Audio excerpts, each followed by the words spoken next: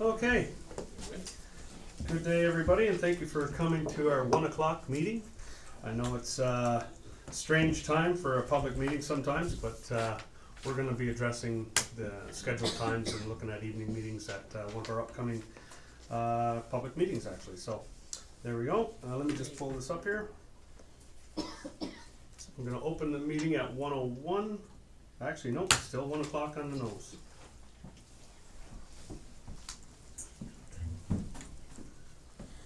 Seconds. Second.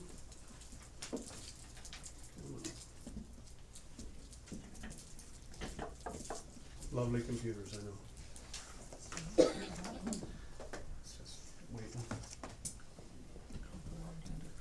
Agenda approval. Here we go. Okay, now we're good. 2.1, agenda approval, April 1st, 2019, regular meeting agenda. Can I get agenda approval motion, please? Alana Hamilton, Councillor Alana Hamilton, all in favor? That's carried. Adoption of the minutes of the March 18th regular council meeting. Get a motion to adopt those. Any questions on those? None. No, I'll give you a motion. Okay, Councillor Cindy Holladay to adopt the minutes. All in favor? Excellent, thank you.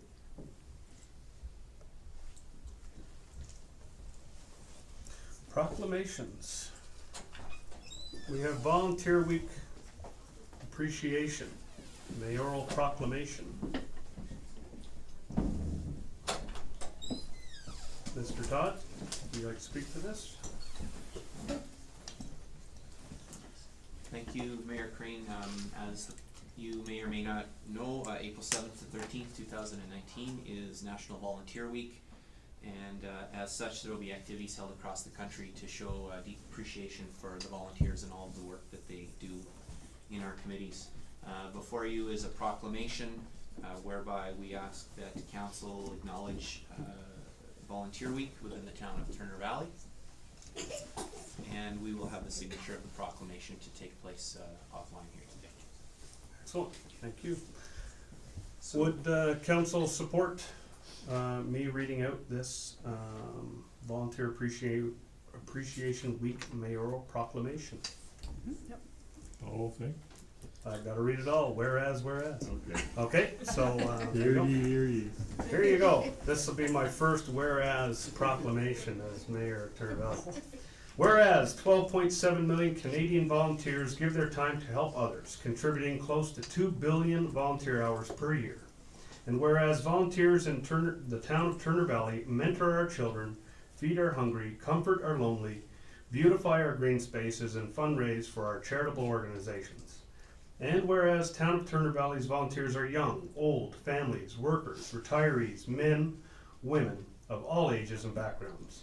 And whereas the collective result of the work done by our city's volunteers is that town of Turner Valley is a more desirable place to live. And whereas volunteers generously contribute their time and talents in so many ways, including assisting with special events, helping others shovel their sidewalks, providing and delivering food to those in need, and providing compassionate support and guidance to our youth and seniors.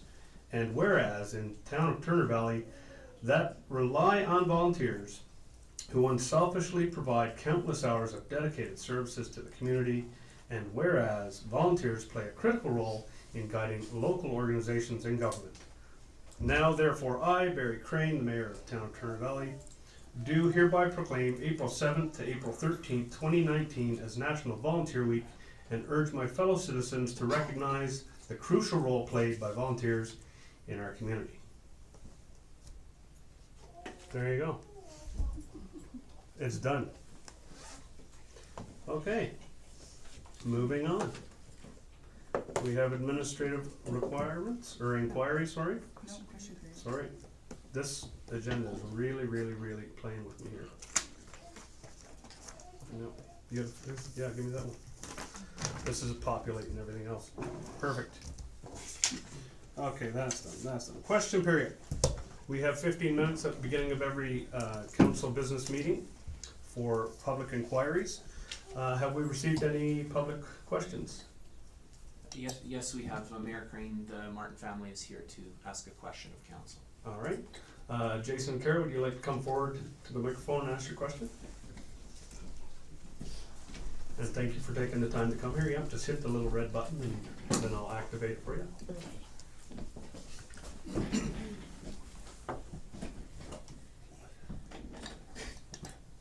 You're good to go. Perfect. Good afternoon. Most of you know me, but for those who don't, my name is Kara Martin. We live on Anderson Crescent, bordering the Blue Rock Heights Phase 2 development. We are coming in front of council today regarding 3 topics in relation to the development. These topics are the site safety security, groundwater drainage, and access to occupied buildings. In regards to groundwater drainage, the development agreement states, and this is a really long sentence, the developer at no expense to the town during the development of the development areas shall control the stormwater runoff, sedimentation, and erosion within the development area for the disposal of all stormwater in and from the development areas and stormwater which may be cut off from the natural drainage course by the development and save harmless the town and the owners of adjacent properties and such other parties from any losses or damages which the town and such parties may sustain as a result of the stormwater runoff which may arise during the development of the development areas. In June of 2018, we notified town admin that there was flooding around our property and down the back alley. The admin responded by letter stating that, quote, staff did instruct the developer to address the issue of the standing water and it posed a potential flooding concern to adjacent properties as well as municipal road infrastructure. The developer did pump off the water, which was much appreciated. Unfortunately, due to the stalls in development, the elevations and landscape of the development area has not changed, and there is flooding again this spring. Unfortunately, this year it is worse, as neighboring yards are now flooding, and someone's basement a few doors down is also underwater. Our saving grace has been that our sump pump has been running for 2 days straight to protect our basement. When we contacted the town on March 24th of this year to notify admin of the flooding, we received the response that everything looked fine to him and the flooding was likely caused by our eaves on our garage. He even suggested that developers should put a berm in front of our garage door, thus blocking vehicle access. The second issue is site security and safety. Understandably, during construction, there will be areas that are not graded or contoured properly because, well, they're still working on it. Terrifyingly, kids are using the development area for tobogganing, a shortcut to school, and a general play area. As well as daily, there are people using the area to walk their dogs. I have personally pulled kids out of the pond area because they can get in, but they can't get out. And thank goodness I was within earshot to hear them yelling. We brought these concerns to admin last spring and summer, and he had the developer fence off half of our yard, which I'm not sure how that helps. I also know of 3 other residences that have contacted the town regarding the safety and security of this development area. We would like to see the area fenced off, just as other developers in town have to maintain their site security.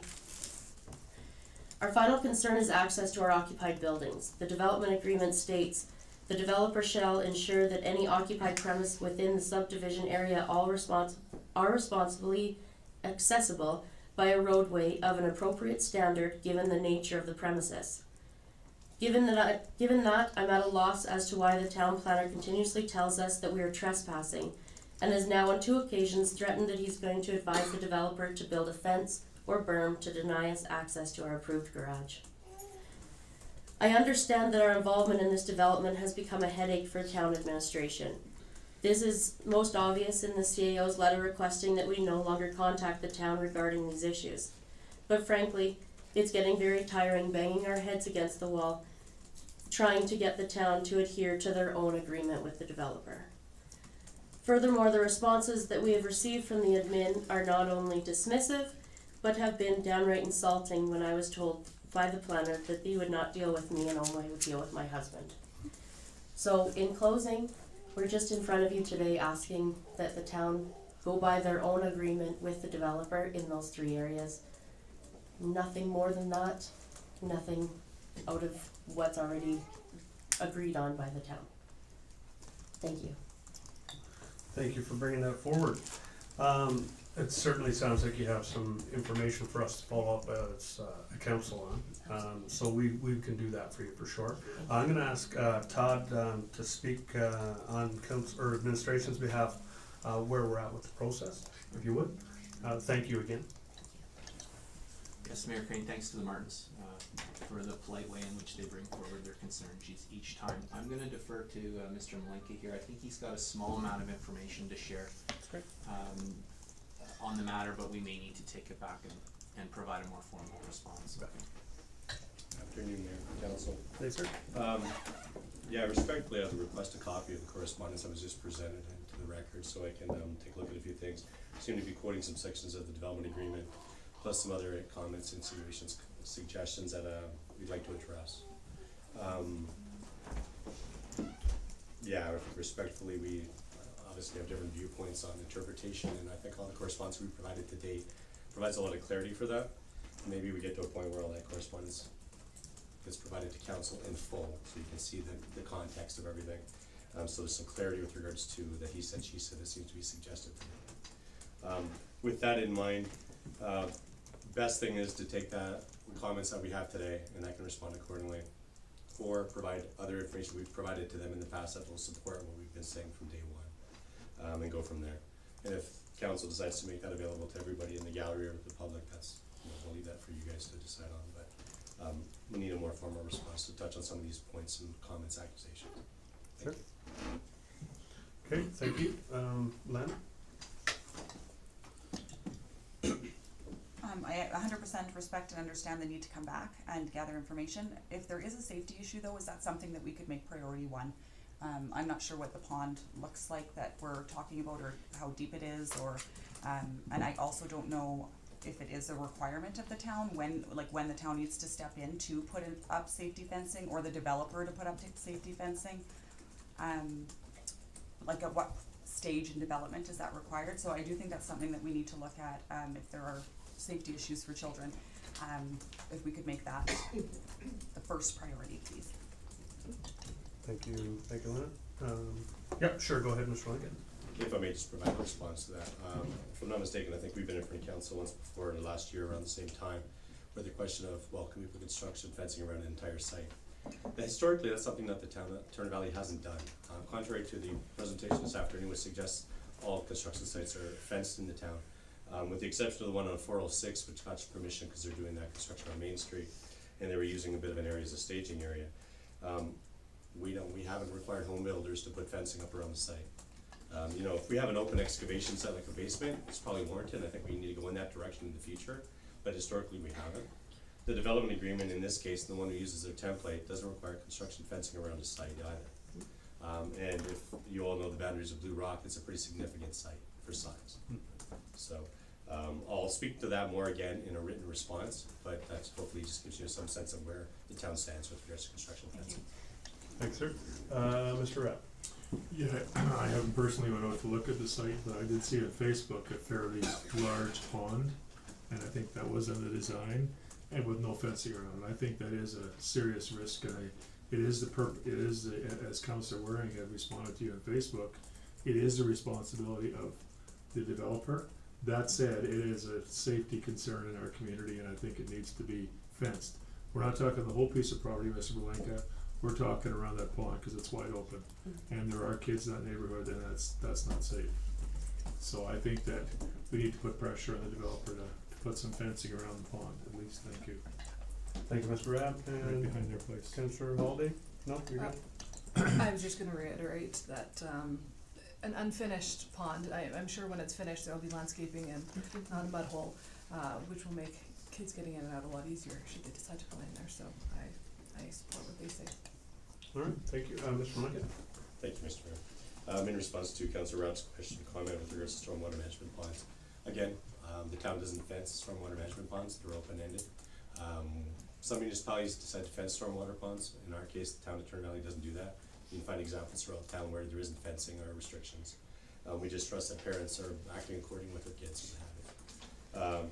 And accidents can happen, but I mean, there's some responsibility that falls on the parents for trespassing in such a case, or being in areas that may be unsafe, or in this case with all the runoff, there's probably a lot of spaces in town that are a bit unsafe, so just to be cognizant of that as well. But the fencing, again, same thing, we wouldn't fence a stormwater pond in final design either. Thank you. It's not a debate, but I'll let you have your say.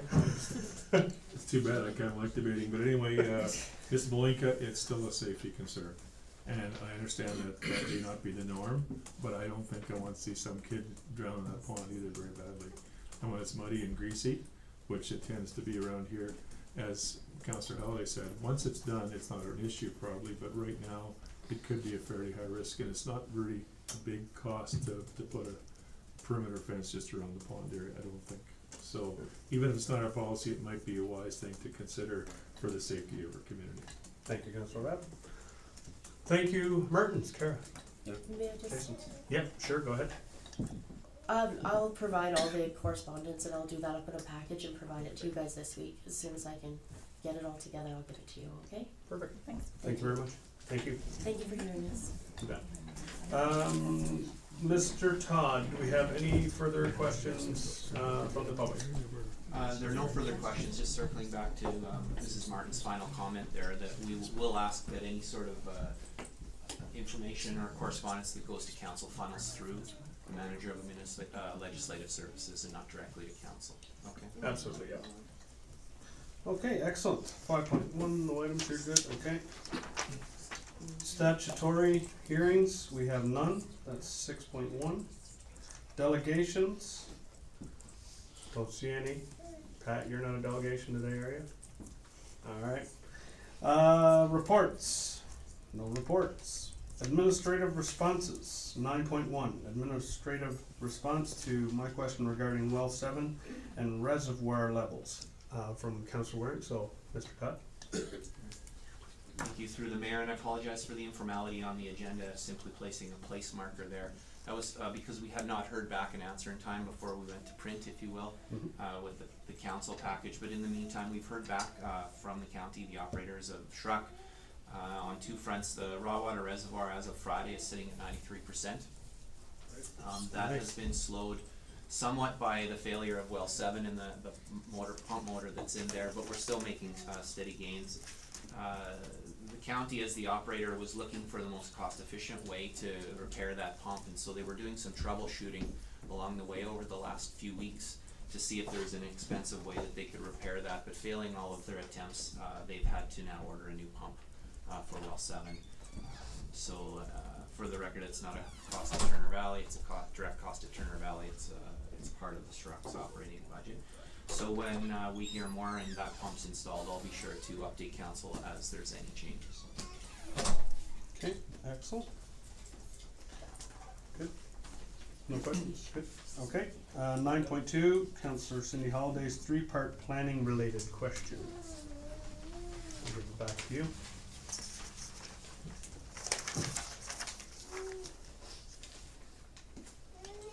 So the response to Councillor Holladay's 3-part question is part of the council package. If it's incomplete or there are any outstanding questions, I will leave it to Councillor Holladay to confirm that. There you go, Councillor Holladay, if you want. Yes, I've had a chance to see the applications up on the website, so thank you. And I'm looking forward to getting more comprehensive information available. One of the things I've heard, I think, the most since coming on council in this community is how developers have been handled in the past and are we doing what we should. So I think having that information out there and publicly available is important, so everyone can see all the steps and environmental and engineering and other studies that go into it. The one thing that was left that I want to mention, when you get more information up on the website, I think it would be really valuable to have information on the timelines that businesses can expect. I know there's no one size fits all, but there should be some sort of rough rule of thumb, because for businesses, time is money and uncertainty is not business friendly at all in the town. So if we could, I know the MD has some cute little flow charts that kind of show the process and some timelines, something like that. But I think having the timelines clear on the website is important, but otherwise, thank you for the response. Excellent, thank you. Councillor Hamilton, Rab, anything to add? No, Good. nothing from me. Okay, perfect, thank you. All right, 9.2 is good. 10, administrative inquiries. Yep, go ahead, Heather. Respectfully, could we get a motion to Oh, accept the administrative? yes, absolutely. Councillor Rab, motion to adopt. All in favor? Good, there you go, that's great. And now we have number 10, administrative inquiries. So we did receive a few, and I have one from Councillor Gordon to read. Why don't I start off with Councillor Gordon's, and then we can go down the list. So Councillor Gordon requested that we ask to our administration, in the event of service disruption such as what just occurred in Seclusion Valley, so this is, for anyone who's unaware, is referring to the water main break that we had in Seclusion Valley this past weekend. What are the procedures in place to notify residents, and are there any checklists to be certain that the procedures are followed? So, Mr. Todd. So typically when we have a water line break or a service disruption in a neighborhood, depending on the complexity of it, we will go door to door to let residents know that the utility may be shut off, or give them a rough idea of what the plan is to repair.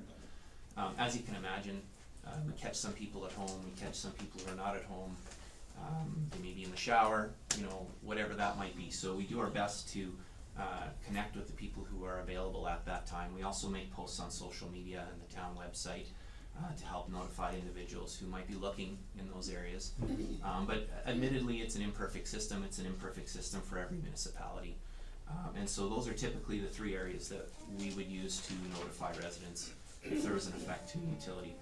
Specifically with Seclusion Valley, that wasn't as straightforward as some others that we have. I took county staff who maintain our infrastructure now several hours into the evening to even determine the location of that line break, and so that prolonged the situation and the water outage.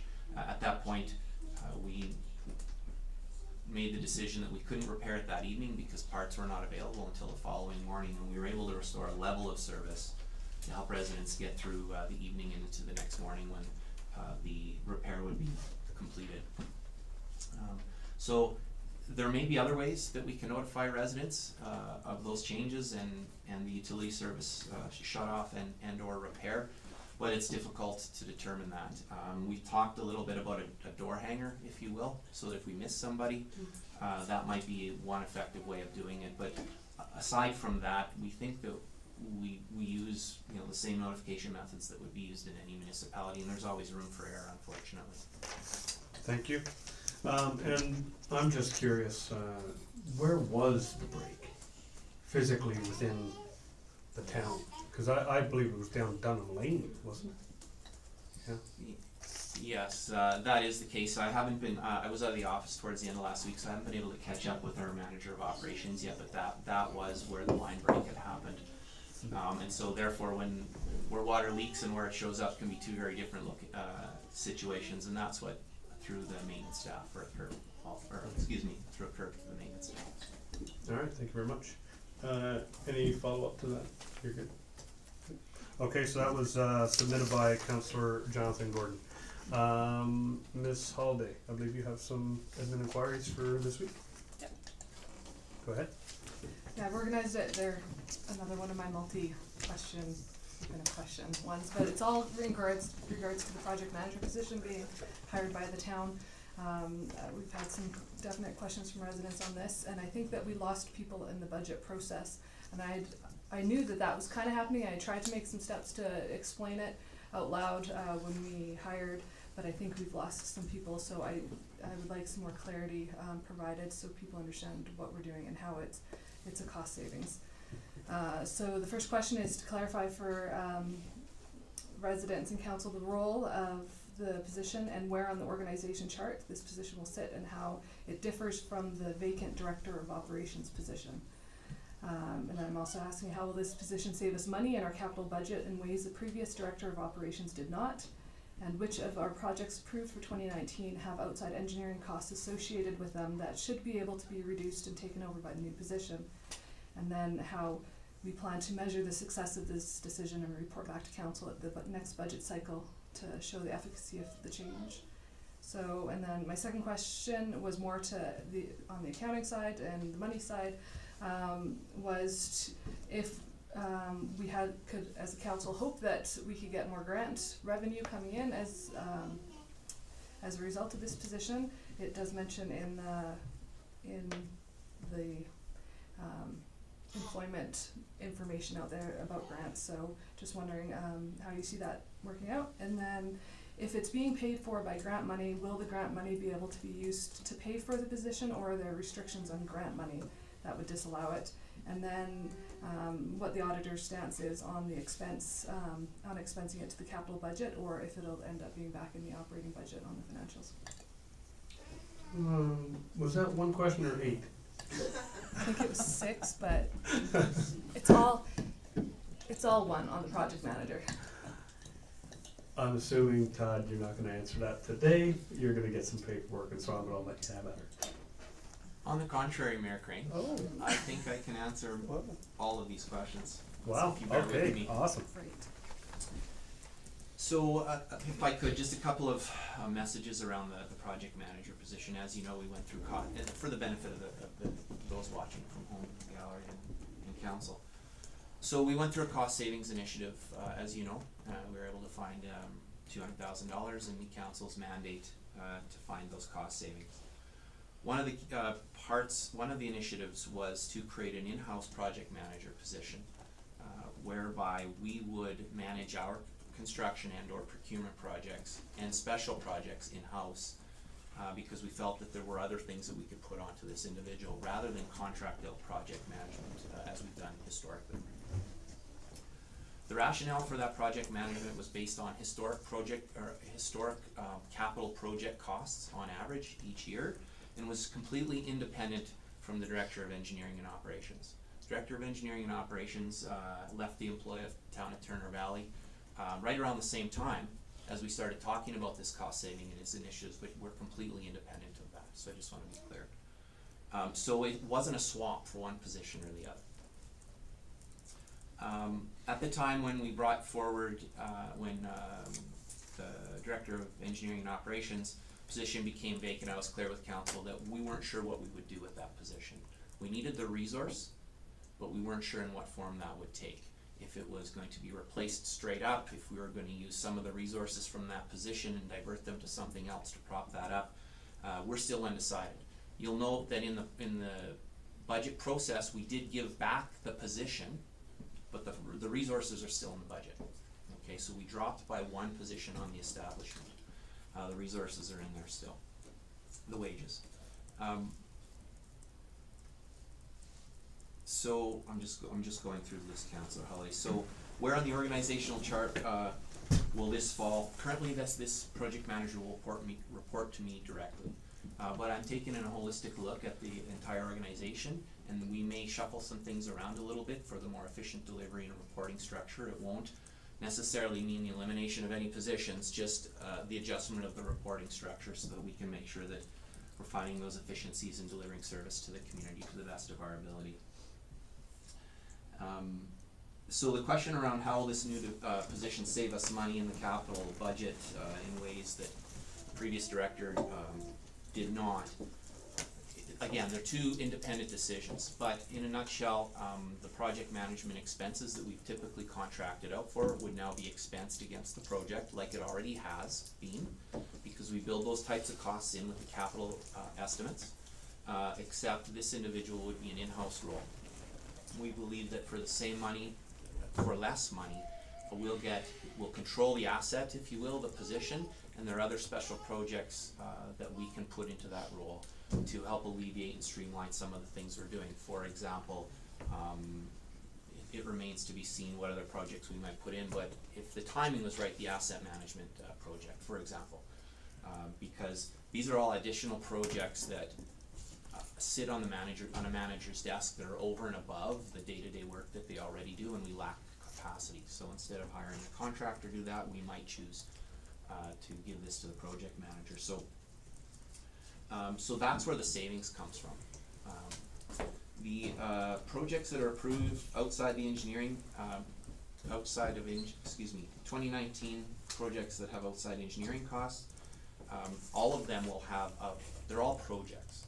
So whether it's the time and effort it takes to procure, develop specs, tender, adjudicate award, all those types of things that we're having outside contractors do, will now do those in-house. So the phase one capital budget, as you know, I believe was $417,000. I don't have it in front of me. So from there, this person who fills the role would have their wages expensed against that. Phase two is coming. Historically, we've averaged about $1 million in capital projects each year, and that was the number that the decision was based on. Having said that, if there were any overruns or any shortages of those projects, we do in this transition year have wages in the budget that we could use to absorb in a transitionary mode in 2019.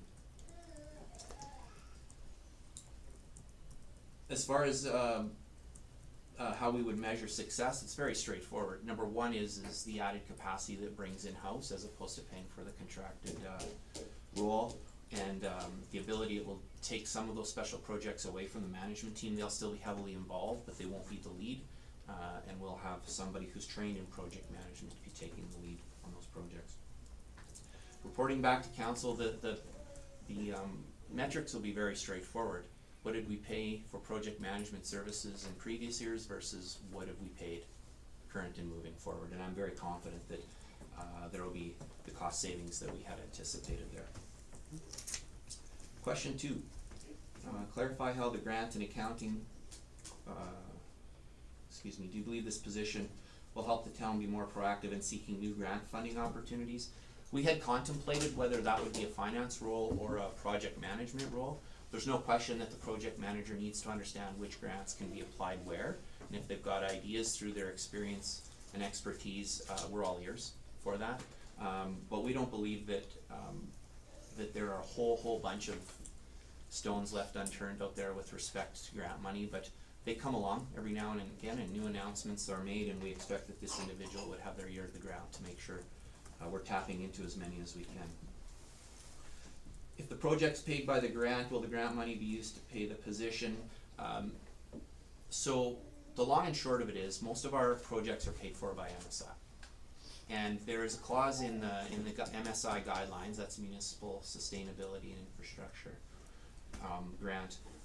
There's a clause in there that says if it's more economical to have municipal forces, quote unquote, conduct the work, then you can expense against the grant. So in this case, we would have a project manager that's paid much less hourly than a contracted service provider would, and so there's no concern on the part of the province to expensing against that. In fact, we're not even expected to make a business case, just be prepared to defend it if somebody asks. So there are no restrictions there. And then with respect to the auditors, will they confirm if that unbeknownst to us we expense something to the capital side and then it got, no, the auditors wagged their finger at us and said, no, that's gotta be operating, there's no risk of that. They don't determine that. We've got a grant funding mechanism that allows us to report those types of things against the grant, so revert back to my previous answer. So I hope that answers all of Councillor Holladay's questions. If I missed it, please let me know. Cindy? I might have to watch the videotape back on that. I tried to get my notes. No, I actually didn't expect an answer today, but I hope from everybody's perspective that helps clarify. I personally didn't know that we still had the money from the Director of Operations still in the budget. That I missed that. So I'm glad to hear that might be a potential savings in the year if we don't use it, but we can use it if need be. So that, yeah. Thank you. You're welcome. Any questions, Councillor? Thank you for clarifying that. I actually didn't expect an answer either, so it was very refreshing to hear it again. When we were at budget, that was the rationale behind it, and still stand behind that. So I look forward to seeing that come to fruition over the next budget year. So thank you for that answer. Okay, so moving on from administrative inquiries, Len, do you have one? None from me? And Mr. Councillor Rapp. And Waring didn't have one, so we're good. 11, bylaws and policies. We're good to go, yeah. Community support request from the Parent Teacher Association for Spring Theatre production. So we have in front of us a request for $500 from the PTA at Turner Valley Elementary School. Todd, do you want to speak to this? Sure, go ahead. Sure, thank you, Council. Before you, as Mayor Crane has indicated, we have a request from the Turner Valley Parent Teacher Association to offset costs incurred by hosting the school's spring theatre production of the play Beauty and the Beast. It's comprised of 55 students, 4 teachers, and 10 parent volunteers. And if the application is approved, the funds will be used to help support the cost of staging the performances. This a grant request meets the criteria of our policy, and administration is recommending the council approve the request as presented in the amount of $500. I would agree. Any questions on this? Councillor Holladay, motion? Yep, I'll give you the motion that we accept, approve the Turner Valley Parent and Teacher Association Community Support Fund grant request in the amount of $500. And I guess I can talk to that about what a great organization. I'm biased. My kids have been seeing Beauty and the Beast for the last 2 months. But there's nothing more fantastic about that school than the Spring Theatre program. So to be able to help out and make it even bigger and better, they're doing junior high level productions in an elementary school, and they go all out on costumes and music and everything. So I have no problem supporting this request. Excellent. Councillor Rudd? Councillor Hamilton? No questions. Yeah, good. I support it 100%. All in favor? There you go. All in favor. We're gonna move on. You're good, Heather. Just looking over there. Okay, we're moving on to some meat and potatoes of the Purchasing of Goods and Services Policy MPFA 13-14 Amendment. Mr. Todd, would you like to walk us through our purchasing agreement revisions? Sure, thank you, Mayor Crane. Some notes in a preamble here before we turn it back over to council. Staff's done spent much time, I guess you could say, working on this policy. As you know, it flows from the January 7th staff report that came to council with some recommended changes to the financial processes. And at that time, we indicated that we would come back as soon as possible with the Purchasing of Goods and Services Policy revision. We had legal advice, scanned several other municipalities, and of course we have expertise and experience on our own administrative team, and put together what you see before you. Today, we've included 3 things. We've included the policy with some red line revisions. There's a procedure there with red line revisions, which is not what council's being asked to deliberate today. That's a procedural, that's an administrative function. But we included today so you have the context with which the policy is being approved under. Again, the council's role is to set the policy. Administration will determine the how through the procedure. And then the third piece are the standardized tendering documents that we've developed to ensure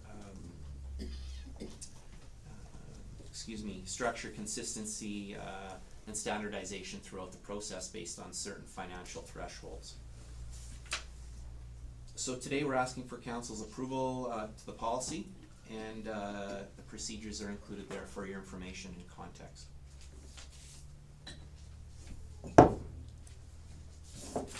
Thank you very much. Councillor Hamilton. I'd like to thank administration for their work on this policy. I thought it was great. There's one small thing that I had an issue with, or maybe not even an issue, but just maybe a comfort level, and that was for the $20,000 threshold on having to come to council for approval on items that are outside of the original budget approval. I know that we don't want to make a policy that is so stringent that it has you coming back to council every time there is an addition to our budgeted items, but I thought 20,000 seemed a little bit high. Just because if we have that happen 10 times in a year, all of a sudden there's, $200,000, so I thought maybe we would open that up for discussion, see what the other councillors thought, Yep. Anyway, that's my thoughts. Yeah, go ahead, Councillor Holladay. Yeah, unfortunately, most municipalities don't have the procurement policies online. I did try and look at some of those. Canmore has a $0 limit, and Banff and High River have $10,000. Those are the only ones I could find in the little bit of time I had to do that. So I personally would like to see 5,000. We do have exceptions in there for an emergency situation. Something happens, you can spend the money to keep the town running. This is just an unbudgeted item allowance, so I think 5,000 for a municipality our size would be better on that.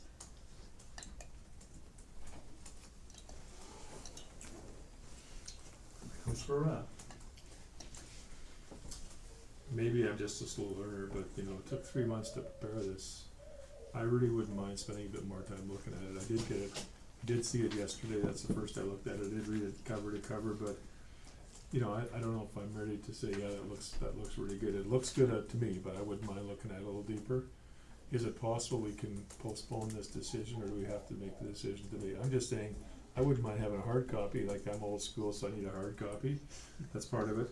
But I wouldn't mind a hard copy, and I can print that myself, and then kind of look at it and say, yeah, it looks good, or, I think we had a couple of comments here, so maybe there's others that we only have, 4 of us out of 7 possible, so maybe we could have some other input. Is that a problem with you, Mr. Sharp? Is that like, we're not pushing back on it, we're just saying that maybe a bit more time would be helpful to look at something that's taken 3 months to prepare? So, through the mayor, with all due respect to council, you can do whatever you like. Yes, of course. I think you know that answer. Yeah. We're talking about 2 pages here, so I don't wanna minimize the You're just talking significance strictly the policy. of the decision. If needed, I can take a little bit of time to point out some of the key things in that policy that you would be voting on, if it wasn't clear. To Councillor Hamilton's point around the $20,000 non-budgeted limit, that's a valid point.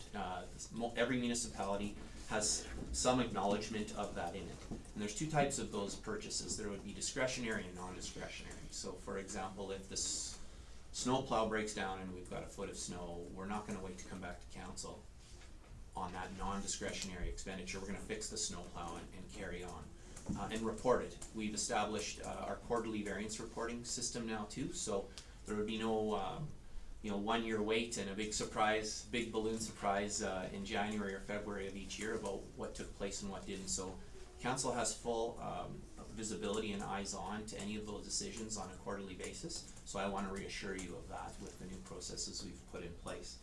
The second thing would be that I think we need to be clear on if we change that threshold, that we don't lose sight of the fact that we're talking about discretionary versus non-discretionary. Okay, so in this policy, we're talking about discretionary items. If council chooses to reduce that amount, fair enough, I understand. But we wanna make sure that we don't tie operations hands on what we would consider non-discretionary items. And we can certainly defend those during the quarterly variance report. So that's the first thing. The second thing that you'll note is we've cleaned up a few things around the Northwest Trade Partnership and some thresholds there, and we've added in spending thresholds by employees. And some of those you might look at and go, ooh, those are big numbers. But it's important to keep in mind that these items are already budgeted, especially around the capital side. So these are budgeted items that if they weren't budgeted for, administration's not acting on them. So this is in fact a much higher level of accountability that administration's bringing forward to council.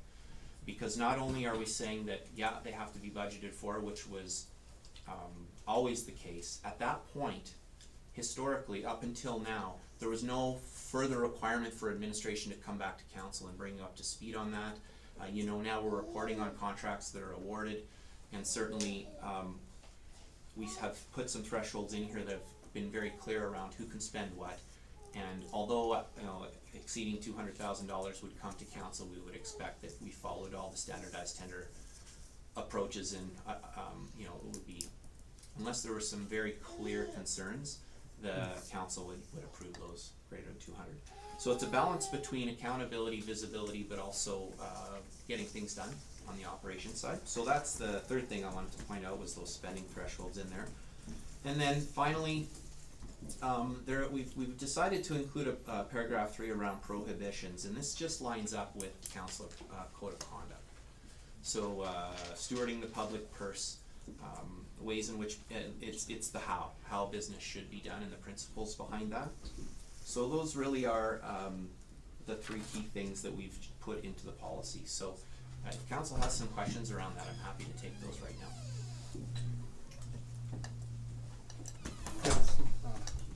Councillor Holladay. I think I need some clarity on this procedure versus policy thing, because in our previous policy, all of these different ranges for who can approve what were in the actual policy document, and now they've been moved to the procedure document. Is it not? Is it? We'll Oh, let's give him a chance here. yeah. Okay, go ahead. Yeah, we gotta make sure. Oh, Did maybe you it button? wasn't. Maybe it wasn't. You're right. I might be. Yeah. So through the mayor, to Councillor Holladay, we've actually No. brought those authorizations into the policy, so council has more opportunity Okay. to govern that. In the past, it was just in the procedure, so you would approve a couple motherhood statements around purchasing and the principles behind it, and the thresholds were in the procedure, which didn't give you any say. So we've decided to bring that forward for council approval, so that you had more control over that structure. Yeah, so that gives us the eyes on that we've been asking for versus before when it was in procedure. That's where we never wanted to delve as a council. That's your job, our job's policy. So now you've brought that up so we can get our eyes on the ball. So that's a very good thing, actually, so thank you. Go ahead, Cindy. Yeah.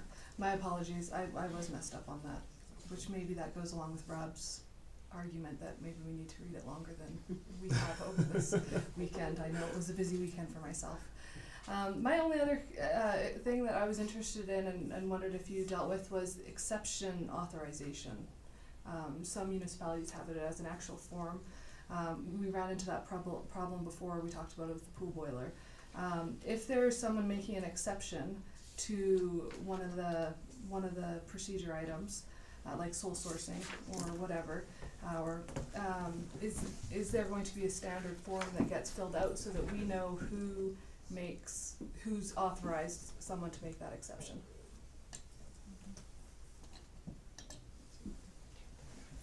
So that's right within the template. There's nothing more than that, other than a very clear expectation that if there are exceptions, that it requires the CAO a note to file and the CAO's approval as to the reasons for the exception. And in the procedure on page 5, there are 5 very clear reasons where exceptions can be made, and outside of that, they wouldn't be entertained. Okay, thank you very much. Great questions, Councillor Holladay. Councillor Rab can't work his technology, so he has to ask the millennial to show him here. Still questioning 20,000, Mr. Rab? No, I was just trying to You're find it. I couldn't find it at all, because I hadn't looked at this carefully enough. There you go. I do have a quick Yeah, follow-up. Councillor Hamilton, go ahead. Understanding that council is just looking at approval of the policy today and not the procedure. The procedure is an addendum to the policy. So if we approve the policy, are we then in turn approving the procedure? Because if we are, then that's when I would want a little more time. It is definitely something that I looked over. I know that procedure I need to butt out sometimes, and these things aren't my business, but I do just like to look through them a little bit.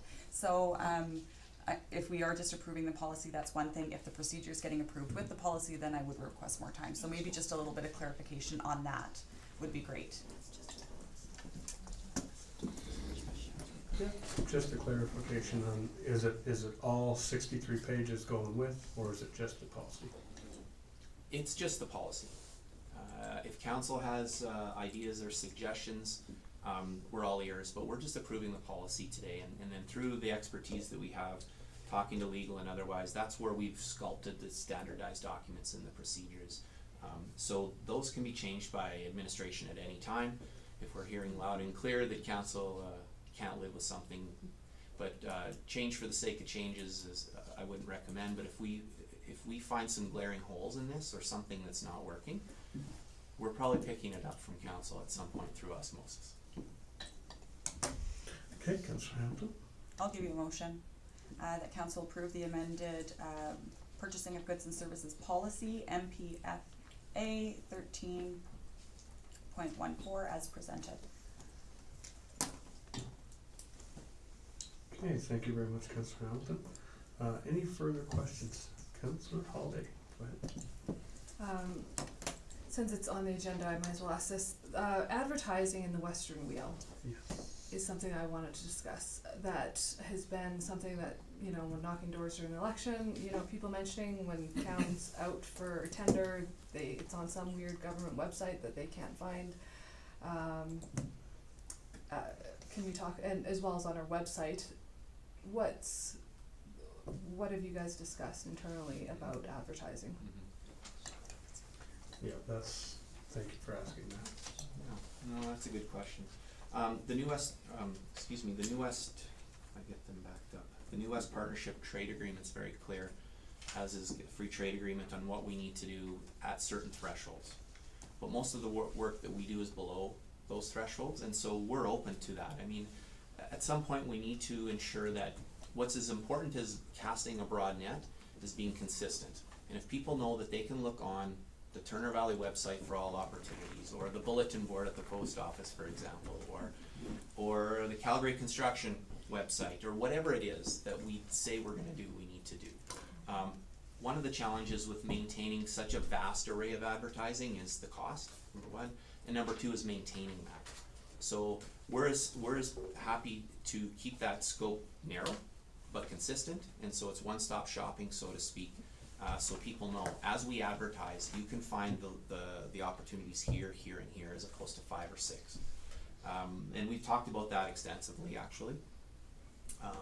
But when we post on some of those big websites, as you referred to, they would be in addition to. They wouldn't be the only place. Obviously, if you have a small mom-and-pop contractor operation, deals with small contracts, and we're expecting them to understand the sophistication around dealing with some of those websites and pay a registration fee and all of that. There's challenges to that.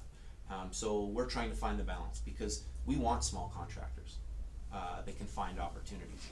There are challenges sometimes around what they're capable of and what they're not, but we also realize that makes or breaks a year for some of the smaller contractors, and we sometimes really like the service we get from them, as opposed to dealing with large contractors that are trying to work us in around all the other contracts that we get. So to answer your question, we're constantly trying to find that balance. Advertising and where we'll advertise will reflect that. Councillor Holladay. Yeah, thank you. I think the minimum for consistency should be our website. I think that's an absolute, I ask council to agree on that, but I would think that needs to be consistent. Whether Western Wheel, I guess we can have that conversation, or that could be an administration decision depending on the type of bid it is. But I think direction from council should be that it needs to always be on our website, all opportunities. Go ahead. So I couldn't agree more. The town website is part of the standardized advertising process that we've included in the procedure, so, and in our documents. So. And again, it might be in the weeds for me to say this, but I've always wanted to see it in the Western Wheel as a matter of transparency for the townspeople to see what projects the town has happening, and it's very readily available to them to then see week to week if we have projects, what we're doing, and then they know what's coming. And so that's why I'm a proponent to seeing advertising in the Western Wheel for some of our quotations. But I think that is something that is administration's job, but we can always bring it back from the council perspective and ask to see some more of that. But I think right now I feel good about what we've got in front of us. So if there's no further questions, I'm going to call the vote. I see a thumb, Mr. Rapp. Yeah, I'm not sure this is in line or out of line, but I know some organizations have a sort of a section in a newspaper, and that's sort of their section, and they pay for it regularly, and they can put whatever ad they want each week. I'm not sure that that's something we've entered it, I'm not sure what it's gonna cost, I'm not sure that's, you haven't checked it already, I see Heather's taking like heads like this, so I think it's already happening, or has happened. But if, you know, in addition to our website, if we had sort of a section that we'll, and you know, I've seen ads for our town all the time there, so if you sort of a section, is that something that's possible? Thank you. It's fine. Yep. That's good. I don't need an answer to this. Yep. Perfect, okay, I feel that's a good discussion. All right, all in favor of adopting motion by Councillor Hampton? And we're good, thank you very much.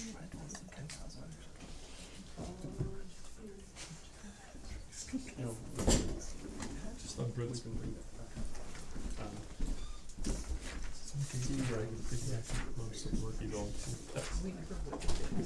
We always work the same. It was fair to fair. Okay, thank you, sorry, just a little sidebar there. Okay, so we are past 11.2, old business. So here we go. 12.1, to discuss support for a regional bid to host the 2022 Alberta Summer Games. Mr. Todd, can you give council and the public an update as to your meeting you attended on our behalf, and what came out of that, and what we're looking at here today? Thank you, Mayor Crane. I'll try to condense a 2-hour meeting into just a couple of minutes. There you go. In a nutshell, the town of Okotoks sent an invitation out to their surrounding neighbors of High River, ourselves, Black Diamond, the county, and Foothills, to find out if we'd be interested in a joint bid on the Alberta Games 2022. Whether it was winter or summer, at that point had not been defined. We received a presentation from Okotoks administration, which was pared down to talk a little bit about the facilities that would be required, the costs that are involved on average, typically at this early stage, and the volunteer requirements and what would be required to gather a host bid committee and then subsequently submit a bid. So they did a great job of providing all of that information. There was a member of the Alberta Sport Connection, Alberta Sport, that was on hand to answer questions. And at the end of the meeting, it was determined that town of Okotoks would ask that their neighbors would deliberate and decide whether they would be interested and to bid and to notify them by April 12th. 12th. Well, the notice of intent to submit a bid, notice of intent to submit a bid was due April 12th. So working backwards from that, we're really this week they're trying to get answers. Yeah, the 6th. And so the question was asked about why 2022, why 2024, and there was really no answer there. Summer Games was determined to be the better of the two options because of the facilities in hand. And the sports are determined by Alberta Sport, and all they have to go on are the historical sports that have been offered, and it just seemed that a Summer Games was more conducive to the facilities in the region than a Winter Games. Not to mention the inability to keep snow every now and again, but that wasn't discussed. That was something else I was thinking. So this went to Okotoks council last week, and their council resolved to ask their neighbors as to engage the neighbors as to whether we'd be interested. So we're, in spite of everything, and in spite of the merits of the opportunity, in spite of the fact that it's sport for kid and all of those wonderful things, in spite of the fact that I have some insight into organizing of those things, I've been involved in 3, and my Okotoks counterpart has had several as well too. Our recommendation to council is that we do not partner for the Alberta 2022 games for no other reason than we only have 2 months to pull a bid together. And historically, those bids can take several months to get not only a host bid committee together and then flesh out all of the aspects of that. So to be certain on what the implications are to the town of Turner Valley, what the ask of the town of Turner Valley is, what the financial implications may be, and for us to have an opportunity to determine what we could bring to the table, we're suggesting that we do not partner at this time. However, future games where we would have more time, not 2 months, to pull all of this together, and 2,500 athletes and 100 volunteers would be worthwhile looking at. So all that to say, the staff recommendation is that council advise, council advise the town of Okotoks will not support its letter of intent to bid for the 2022 Alberta Games, but consider a 2024 Games opportunity. Consider the 2024 Games opportunity. Okay, thank you. Councillor Rapp? I'd like to give that motion, please, to support Todd's recommendation that we will not support the 2022, but we consider 2024. Okay, thank you. Discussion. Councillor Hamilton. I just had a question for clarification on what the ask is from Okotoks. Are they just looking for support in principle and they are gathering the resources to submit the bid? Or are there resources and financial implications to the town of Turner Valley in submitting a bid?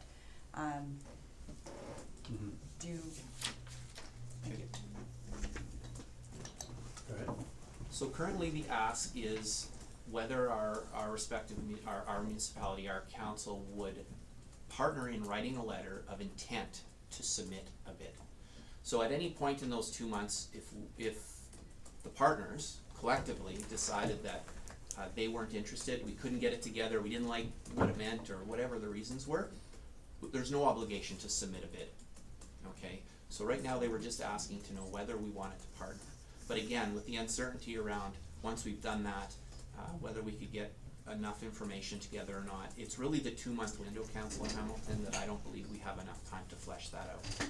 The second part of your question is because of the short window, they acknowledge that it might be very difficult to get a bid host committee or a host bid committee together, because these are community driven events, they're not administration driven events.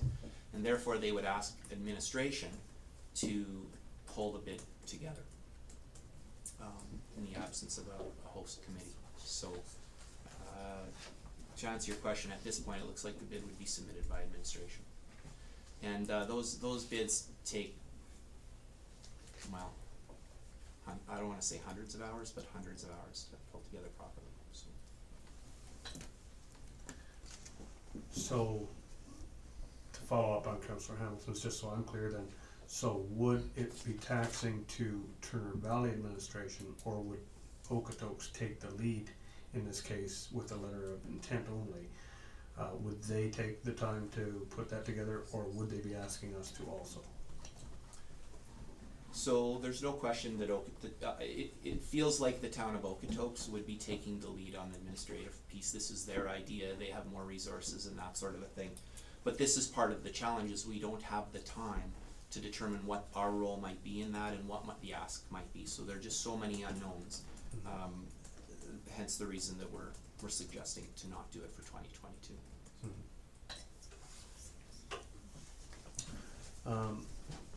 Unless you have something that I'm gonna throw in my 2 cents. Okay, Councillor Holladay? Yeah, I guess the line in Okotoks document, the budget shortfalls are the responsibility of the partnering municipalities.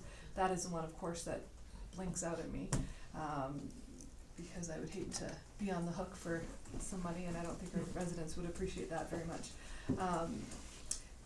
And there's so many conversations that have to be had as to which facilities we have that we can use and what's useful. So if admin is asking for more time, not a no, but you know, if Okotoks doesn't care really if it's 2022 or 2024, then obviously I don't mind asking for more time to do it properly.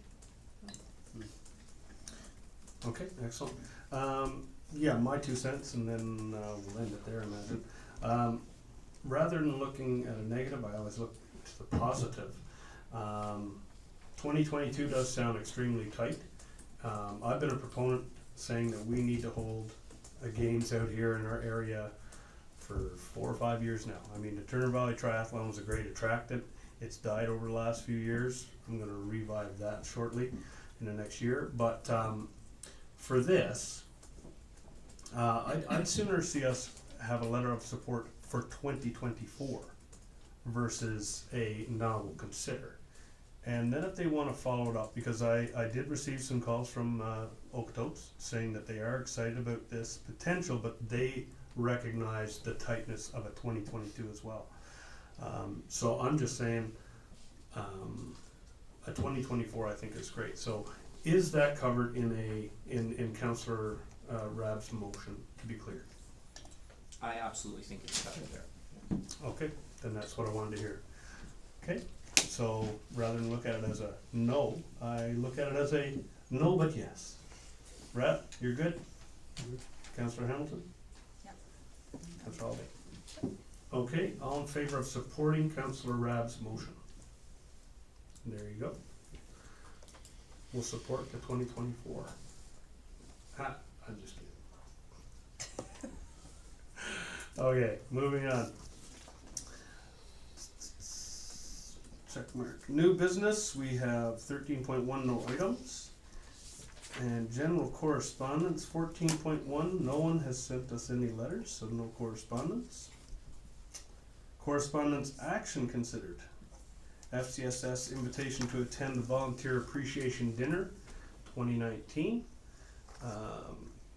Mr. Todd, if you'd speak to that very briefly, and then we'll put to motion.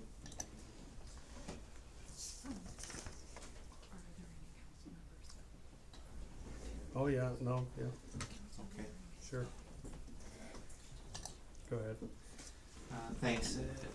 It's a bit of a misnomer, however, this is just to create awareness to council and the public around FCSS invitation to attend the Volunteer Appreciation Dinner.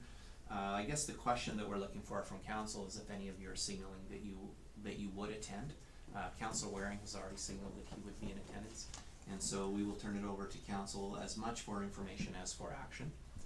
But the opportunity is there on April the 11th for council. Yeah, so just so we're clear, it's all volunteers are invited to a free buffet dinner at the Turner Valley Golf Course, Thursday, April 11th, 2019 at 5 p.m. So anyone in the audience here or at home watching on YouTube, you can definitely attend the volunteer luncheon. I will be attending as partial MC with Deputy Mayor Ted Bain in Black Diamond. And a guest speaker is yet to be announced. If not, you'll have to tolerate my jokes. So anyone on council willing to attend? Councillor Rabb, on behalf of? I plan to attend, but I would be counting as Foothills Lions Club. Excellent. Councillor Holladay? I will not be attending. That is the night of Spring Theatre, so I'll be curling some hair and doing some makeup. There you go. Councillor Hamilton? I'd like to attend as an FCSS member. Still trying to work out conflicts in the schedule for that evening, so I will limit it. Excellent. Okay, thank you. So, it looks like we're all attending on some level, one or the other, so thank you very much for having that. Can I get a motion to adopt that for information, please? Councillor Rabb, all in favor? Excellent, thank you.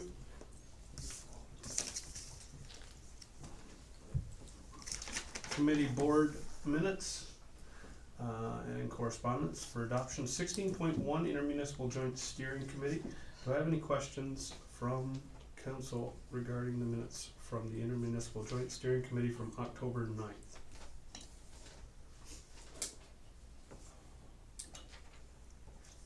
I am not seeing any, however I do. Oh, Councillor Holladay, you go ahead. And I think Problem same. yeah, I just wanted to highlight the discussion surrounding the joint multi-use recreation facility. Lots of people like to talk around election time about recreation for youth. And so we did start having that conversation here. We're waiting for some future information from our administrations on it. But it ended up, after bringing up the conversation, that the MD's wanting to talk about it. So It's great. that's at least starting the ball rolling. So, and I believe we're discussing Boys and Girls Club at our next capital meeting. So Yeah, that's exactly what I was gonna say, that the conversation has been started, and it's literally just a conversation to talk about peaked interest. Middleville has several ball diamonds in the works, the new rodeo grounds is up and running, so it's a discussion that people have been beating around for 10 to 15 years, and we decided to open it up at the actual forum where we should. So yeah, it's a process, but we're looking into it.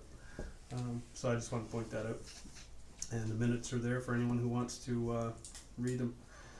Can I get a motion to adopt 16.1 intermunicipal joint steering committee meetings? Minutes. Maybe that motion. Councillor Holladay, all in favor? Excellent. Sheep River Regional Utility Corp. Can I get a representative to speak quickly and then go for an adoption? I can speak on it. Thank you, Councillor Hamilton. Go ahead. So yes, this was our January meeting.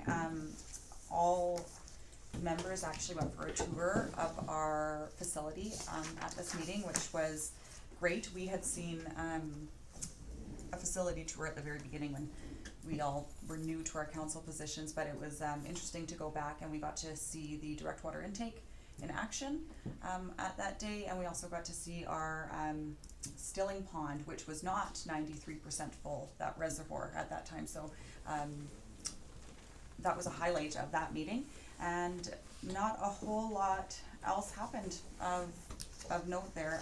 The other things have been talked about. We've got our reservoir levels up, so I think that's what it for updates. Perfect. No, that's great. And that was January, so that's when we were looking at some water restrictions at that time. So it's good that you got eyes on and saw the actual lay of the land. So that's great to hear. If nothing further, I'll ask for the motion to adopt it for information. I'll give you that motion. Yep. Okay. Councillor Hamilton, motion to adopt for information. All in favor? Excellent. Thank you. 16.3. Foothills Regional Landfill Commission. Mrs. Holladay. Sorry. Is it me? It's Sorry. you. Said the word. Okay, go ahead. Yeah, Foothills Regional Landfill, we have two sets of minutes from there. They're all also posting those on their website now. That's a new thing this year. One of the big projects landfill has going is their new hydrovac slurry pad. This is going to be a new service offered at the landfill. They're just awaiting approvals. They just wrapped up their ADP notification process, public notification, so we'll see how that went. But that's going to be really helpful to local companies that are in the hydrovac business. But now it's just the balancing act to not make it too cheap, so they get a bunch of Calgary trucks and keep it more local. It mentions looking for a grant for renewable energy for power and heating on site. That's been since declined, but they're still looking for solar on their giant salvage center roof. There's been lots of discussion over the last few months on the glass recycling. We've got that to a conclusion, so lots of thanks to our resident, Mr. Lapierre, for getting that out in the discussion in meetings like this, because that allowed us to collaborate regionally, High River and Okotoks and ourselves, on getting a market for clear glass. So that actually benefited everybody. They're still going on the solid waste management plan. The consultant's working on it. They're still expecting to be finished that in July 2019, so we can finally get some good answers on recycling and our solid waste management on a regional basis. So we're all looking forward to that. Excellent. Okay, perfect. And motion to adopt for information by Councillor Holladay. I'll give Okay, the motion. all in favor? Excellent. Thank you. Thank you for those updates as well. And last one, Municipal Planning Commission. I can't speak to it because I missed that meeting, unfortunately. So, that one I was actually. Councillor Hampton, you gonna do this one as well? Sure. So MPC in January, we had 2 applications. One was withdrawn the day of our meeting, so we just had the one application, and it was for a studio suite in a basement, and that was approved as presented at the recommendation of our planner, Three Malika. So that's about it for. Perfect. Easy peasy. Councillor Holladay. Yeah, I just wanted to ask for something for administration to look into. At that meeting, we elected our chairperson. Later on, going through our our council procedure bylaw, we have it states that chairs are elected for 1-year terms, and they can serve a maximum of 3 terms. I don't think that as MPC members we were aware of this at the time, so if administration could take a look at our terms for chairs and our members at large on our council committees to make sure there's proper rotation and that people are aware of those rotations, that would be great, thank you. Perfect, and I'll take Councillor Hamilton's motion for adoption for information. All in favor? Perfect.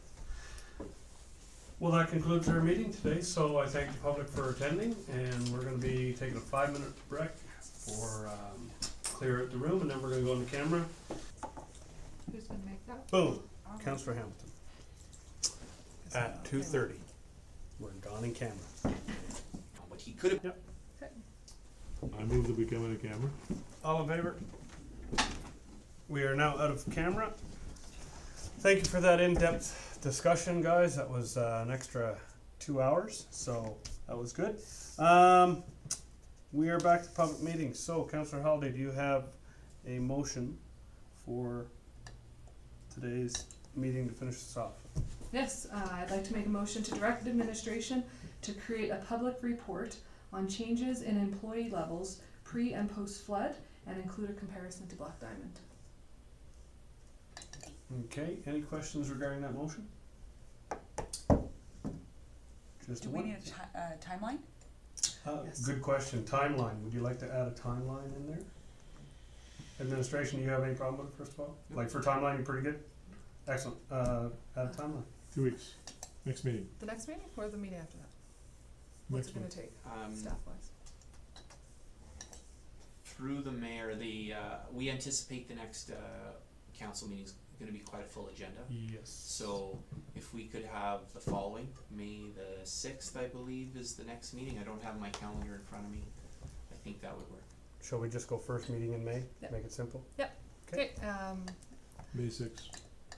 friendly amendment to add, with it being brought back at the May 6th meeting. Excellent. All in favor? That is passed. Thank you. Meeting adjourned.